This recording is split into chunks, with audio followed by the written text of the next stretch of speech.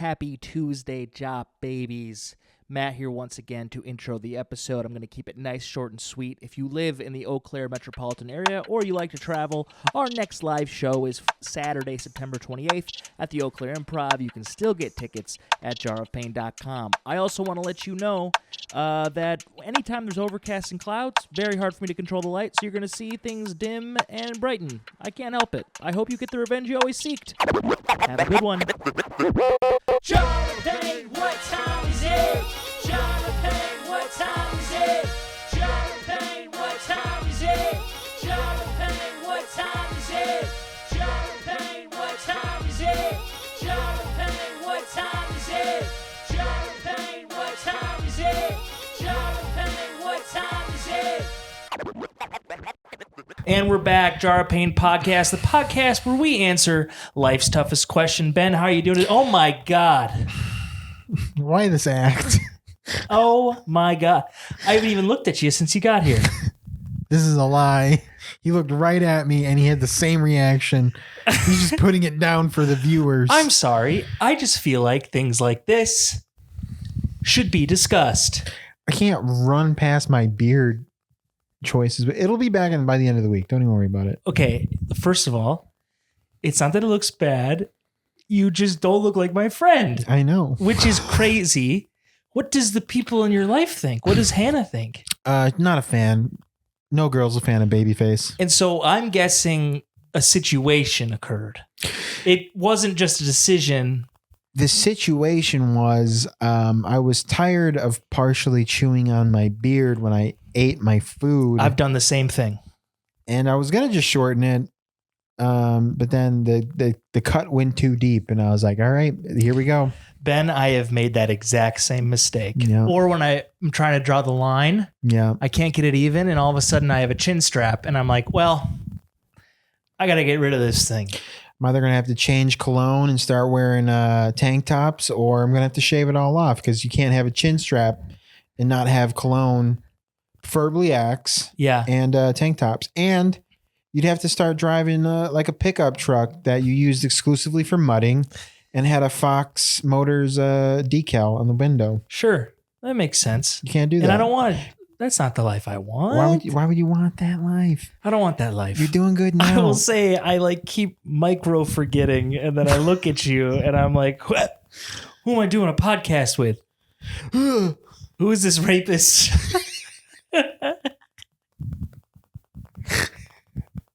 I'm sorry. I'll try not to bring it up again. Okay, so now I'm always going to have a beard because otherwise I'm going to assume everyone thinks I'm a rapist. Yeah, maybe. Never mind. I'm not even going to go there. The way you get nasal, you sound like I'm not even going to the go fucking there. lion from Wizard of Oz. Dorothy, I want. What does he want? What does the He lion wants the want? courage. Excuse me, the courage. I don't And think I he rolled it huff, there. and I ruff, and I roar. Wait, no, that's Humpty. That's the wolf from the pigs. Yeah, no, he does that. He does that build up. But he goes like, roar. Yeah, very Richard Nixon. Yeah. And who did it first? Lion. You know, that was the first movie ever released in color. I did. Yeah. I did know that. Yep. Yo, how trip. Did you know? Okay, so you know the scene where Dorothy goes from house to Oz? Trip. Did What you a know trip. all of that was painted? They painted all of the background, the girl, everyone. It was another person. That's how they did a lot of Star Wars. No. A lot of Star Wars backdrops and sets were painted on glass.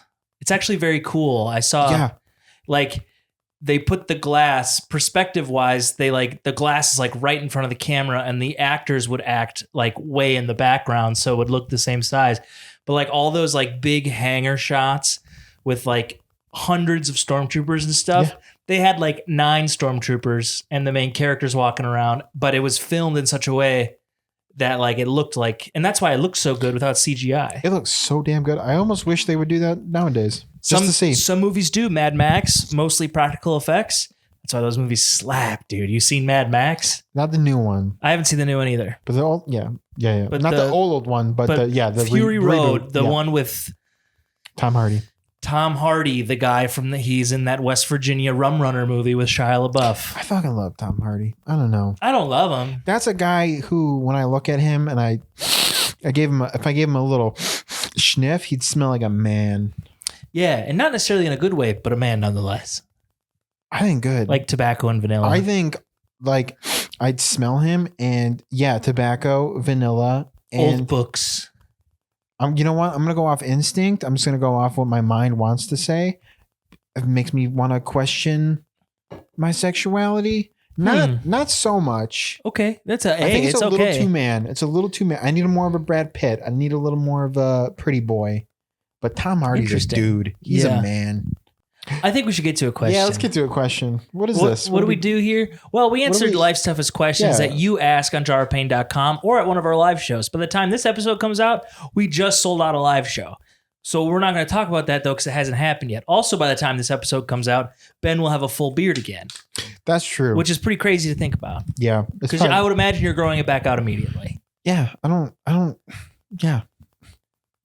It's too much. It's a lot to get used to. It's too much. It's a lot to get used to. It's a lot to just have. What's wrong with the education system? Okay. Teachers. I believe they're underpaid, but I don't think they're underpaid, but they also kind of suck. But some teachers are underqualified. Yeah. And so you have a really interesting situation where some teachers should be paid way more. Some teachers are paid probably perfect. Oh, there's Some shouldn't be teaching. No.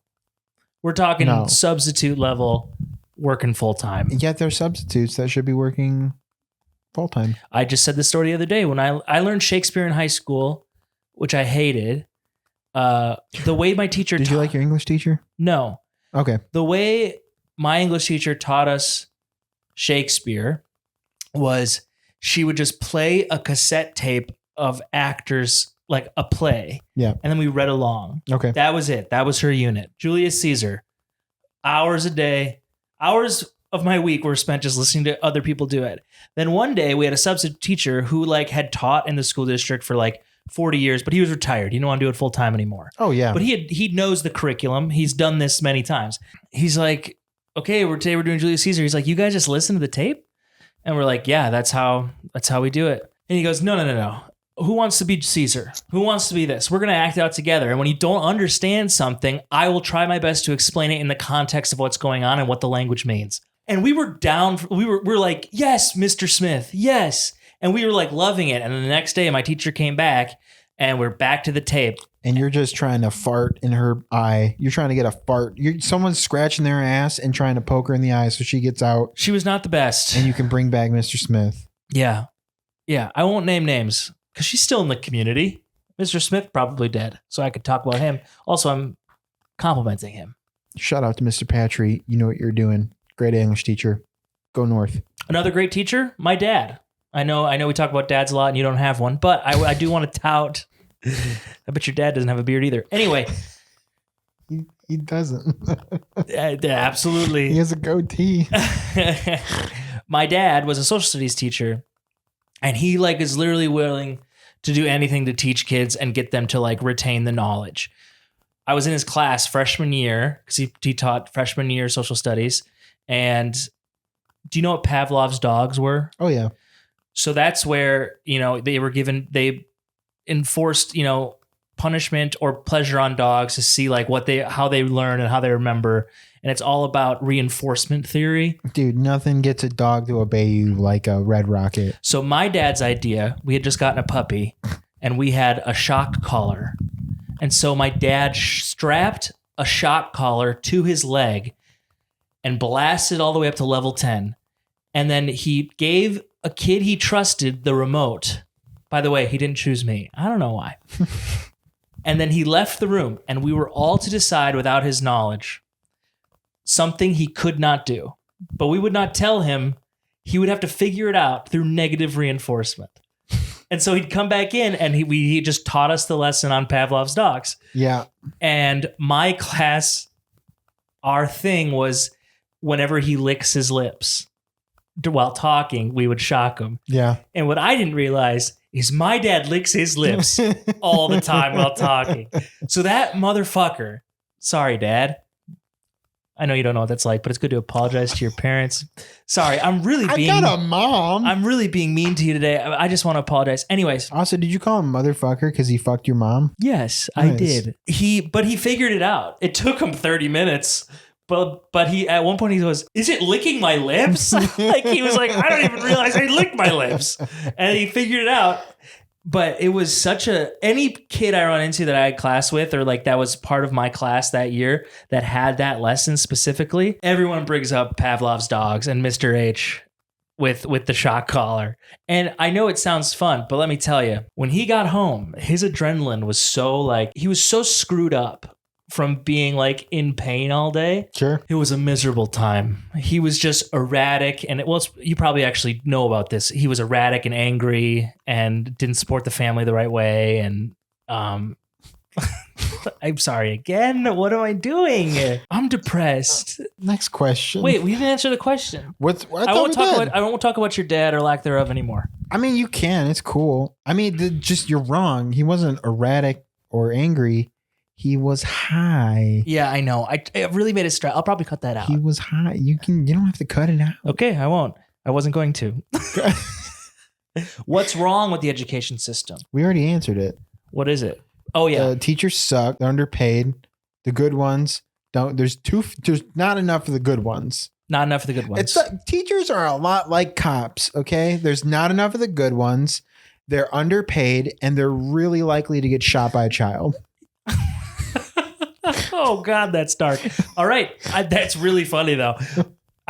Case closed. We figured it out. Also charter schools, that's a whole nother thing. Yeah. Whole nother conversation. Making a kid's success based on money because they're not publicly funded is the wrong way. We should not profitize children's education in the same way we profitize wellness and healthcare. Anyways.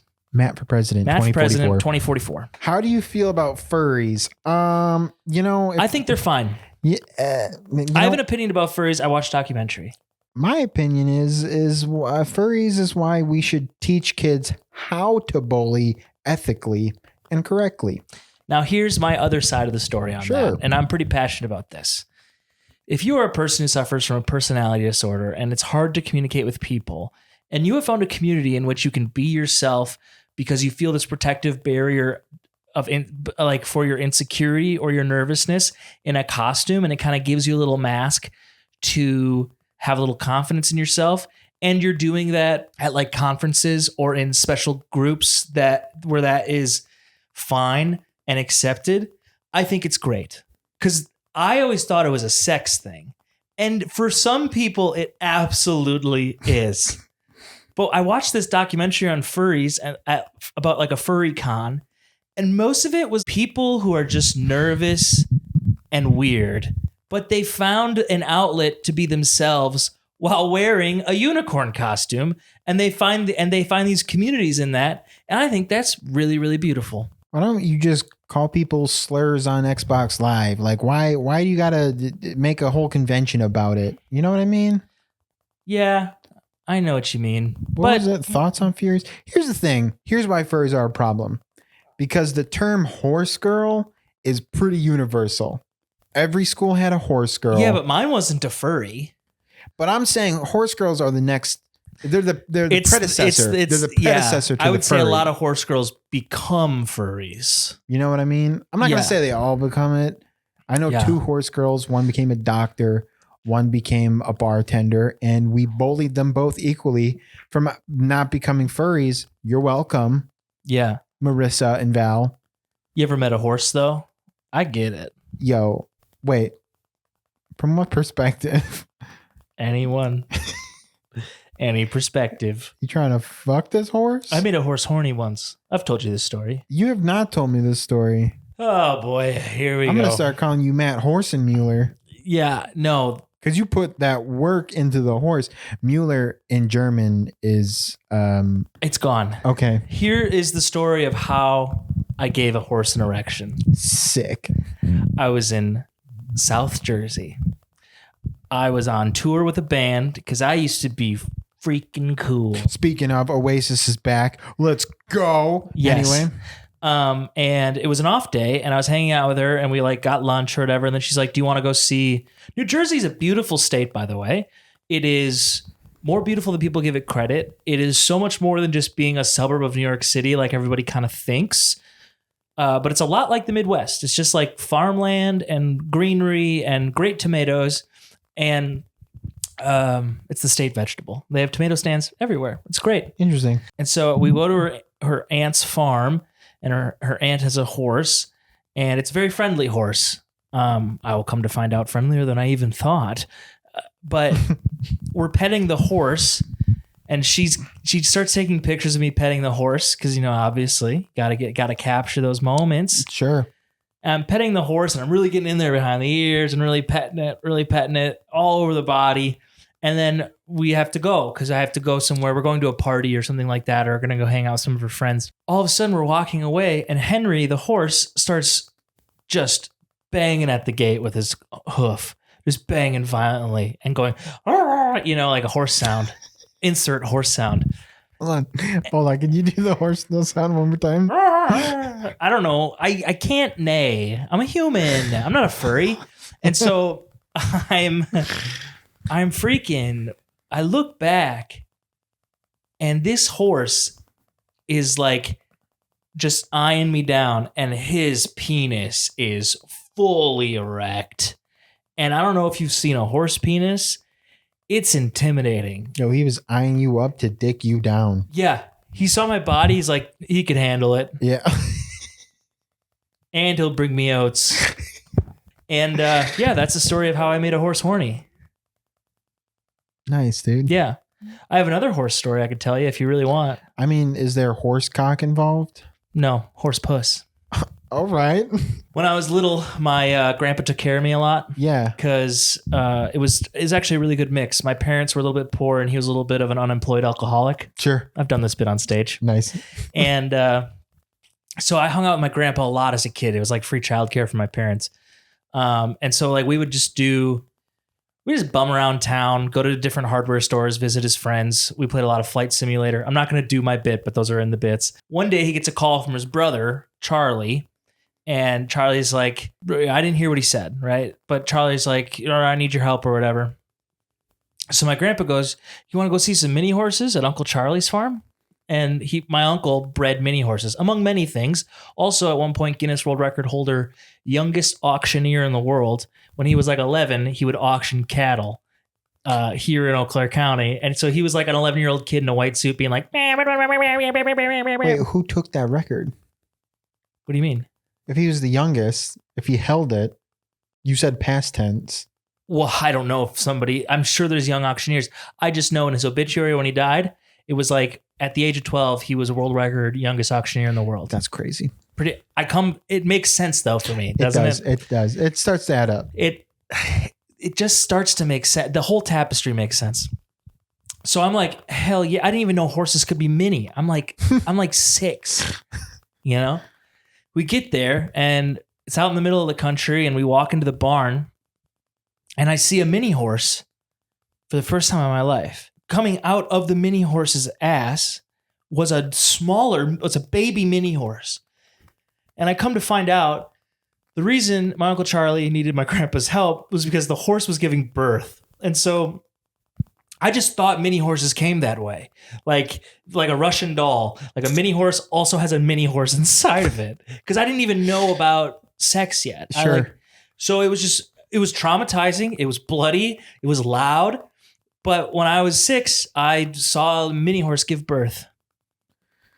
And then afterwards, we sat on the couch to watch TV. And then my grandpa and Uncle Charlie took their belts off and unzipped their pants, like very old guy move. Okay, yeah. And then they're like, "Come on, Matt, you earned it." And so then I took my pants and then they had a beer, and my great aunt brought me a Pepsi in the can, and we just sat there, 3 guys helping the miracle of life work, you know?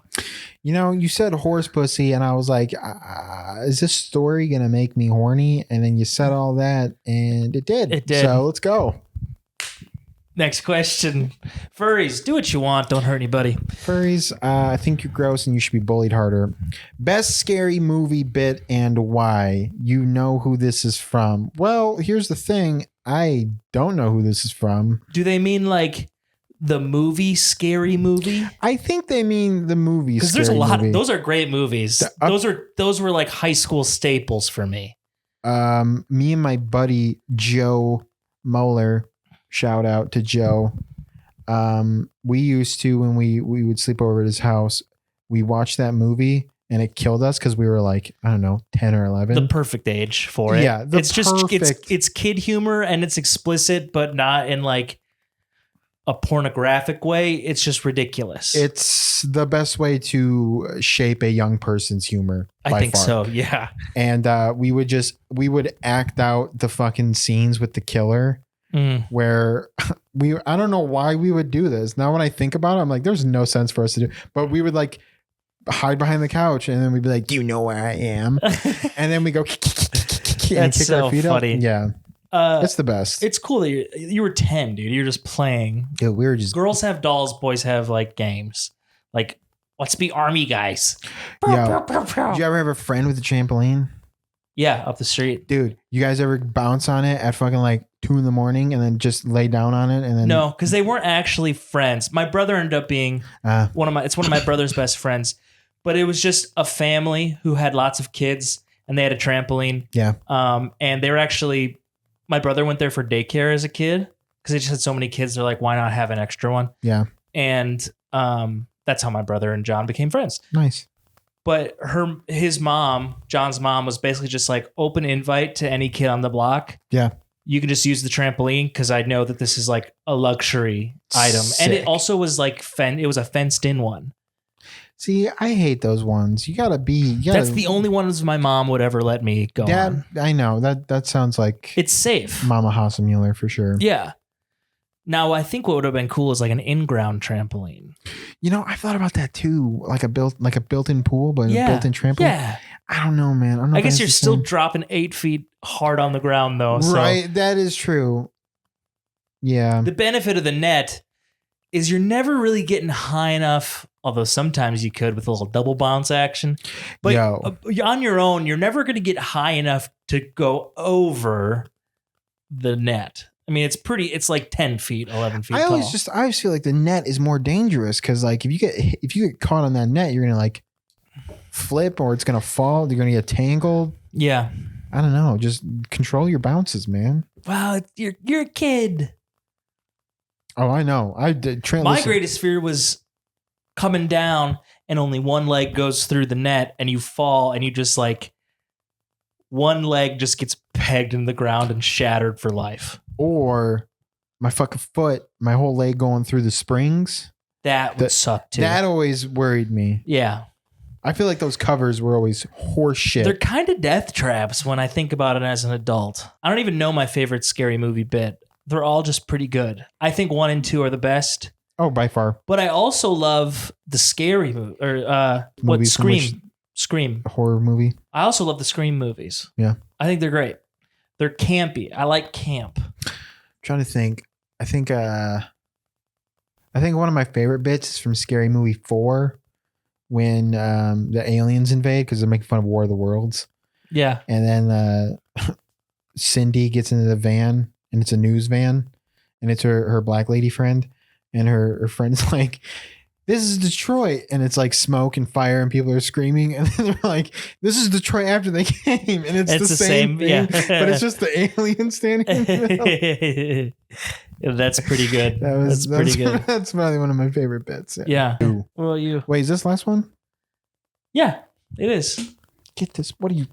You should choose the last one. We're manifesting. Manifest. Oh, yeah. How do I manifest? Manifest jar. Wait, let me sing a song. Okay. Let's look at each other and try to sing the same lyrics. Please, jar, give us a good one and not a bad one. Please if we don't do good at this podcast, we are going to kill ourselves. But first make a delicious pasta meal. And we're actually not going to kill ourselves. This was just a bit. I hope that's usable, but we got really loud. I'm looking at the computer screen. It's like, oh shit, the file is like fucking huge. Did we even manifest anything?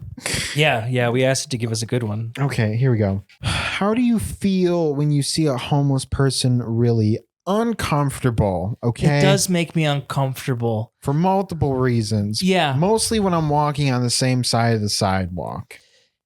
Yeah, it makes me uncomfortable, partly because I do see them as a version. I mean, I'll be really real. I know that I'm closer to that than being a billionaire. You know? It's interesting to think about and put yourself in their shoes. It makes you uncomfortable because it's a life you do not want to live. Another thing it makes me feel is sad because I think like they've just been dealt a bad hand. Some of them have really extreme mental issues that are underdiagnosed and not taken care of. All they want is the same things we want. They don't know how, because of whatever reasons and societal conditioning and systemic oppression of it, where people just try to disregard them and ignore the problem. Really what they want is to be involved and seen and heard and part of a community. But they don't know how to be a part of the community. I deal with this a lot at work because I run public events. I almost fought a homeless guy the other day because he stepped to me very aggressively when I told him he couldn't pray into the microphone for everybody. And I asked him to leave nicely. And then he's like, I'm just going to go do it. And I was like, no, you're not. We're not doing Jesus tonight. And then he came at me like he was going to fight me. And I'm not a fight guy. And I was ready to throw his ass to the ground. So they know they want to be involved and part of it, but they do not know how to do it. The only programs I've seen be successful in our town is ones that are more like rehabilitation rather than just straight resources like food, water, shelter. They need to learn how to communicate effectively and with people. It makes me uncomfortable, sad, and I hate it. And I don't know how you're going to fix a problem that grows every day that everybody wants to ignore. One time, a homeless guy was asking for money and I didn't have money because I just had a credit card. So I bought him Taco Bell and then he refused my Taco Bell. So, yeah, that's how I feel about the homeless people. Yeah, that's a real issue. Drugs and alcohol are a real issue. Yeah. Can't buy fentanyl, Taco Bell. One time a homeless guy asked me for money and I said I only had $1 and he said, I'll take it. I said, okay, you can have it. I went to get the $1 and I accidentally grabbed the 20. And then he goes, whoa. And I was like, oh, and then I was like, oh, and there gave him $1.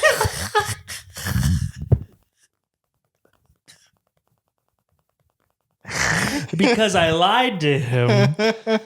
I was on the road on tour using only cash. I probably had $100 to $200 in cash on me. Yeah. And yeah. You gave that guy a 20. No, I gave him a $1 bill. Oh, just kidding. You psyched him out. I just was like, oh, wrong one. Nice. Yeah. I'm sure he still talks about it. That was in Minneapolis. Well, here's the thing. Here's my thing with the homeless. If I have cash on me anytime and I get asked for money, I'll give him it. One time I gave a homeless guy money and I was like, here it is. But if I ever see you buying alcohol or drugs with this, I was like, I'm gonna make you. You're getting a job. And you're paying me these back. I was a very stern 20-year-old. And then, coincidence enough, I saw that same homeless guy at the Quick Trip like 3 weeks later, and he was like, "Hey, how's it going?" I totally forgot him. This is one of those moments where like your brain will wake you up like right before you're about to go to sleep. And you're like, remember when you did this, asshole? Yeah. And it fucking haunts me. Because that was such an impactful moment to him. He remembered me. And I fucking totally forgot. Yeah. And he thought it was really important. It was really important to him. So he thought it was equally important to you and you had no idea. I had no fucking clue, bro. And I felt like a fucking asshole. One time a homeless guy asked for money and I had no cash. I said, sorry, I only got cards. And he pulled out a Square reader and a smartphone. Yo, fuck that dude. He reverse carded me. Fuck that I gave him $5. I swiped it and gave him $5. No, I'd say sell that fucking card reader and fucking do something Card with readers it. are free and smartphones are free. So a card reader is not free. yeah, if you have Square, you can get a card reader for free. I used to do it all the time. What do you mean if you have a Square? Square app. It's a transaction app you have for your smartphone. This is a homeless guy with a smartphone? Smartphones are free. No, they're not. iPhones are not free, but they have free level smartphones. It is a guaranteed resource from the U.S. government. Obama signed into law. Remember Obama phones? That's what it's all about. I don't remember Obama Everyone phones. is guaranteed a communication device, whether it be a cell phone. What? Because payphones no longer exist. Yeah. There has to be a level of communication that is standard, that everybody is guaranteed, because information and communication is a guaranteed right from our government. I ain't buying it. Yeah. I ain't buying it. It's not a great smartphone, but you can No. have apps and shit. Nah, son. Good luck getting it charged, but yeah, you can have they have cell phones. I refuse to believe this. I don't know why. Give me like a day and I will accept it, but initially I can't. Yeah, it's a guaranteed thing. That's fucking crazy. There's no way I would Venmo a fucking homeless guy. I didn't Venmo him. He had a Square reader, which you can order for free if you have a Square account. You know And what? You know what the he should have done? He should have laid down a zero, because then you would have had to have given him your phone and bank accounts. And that's our show.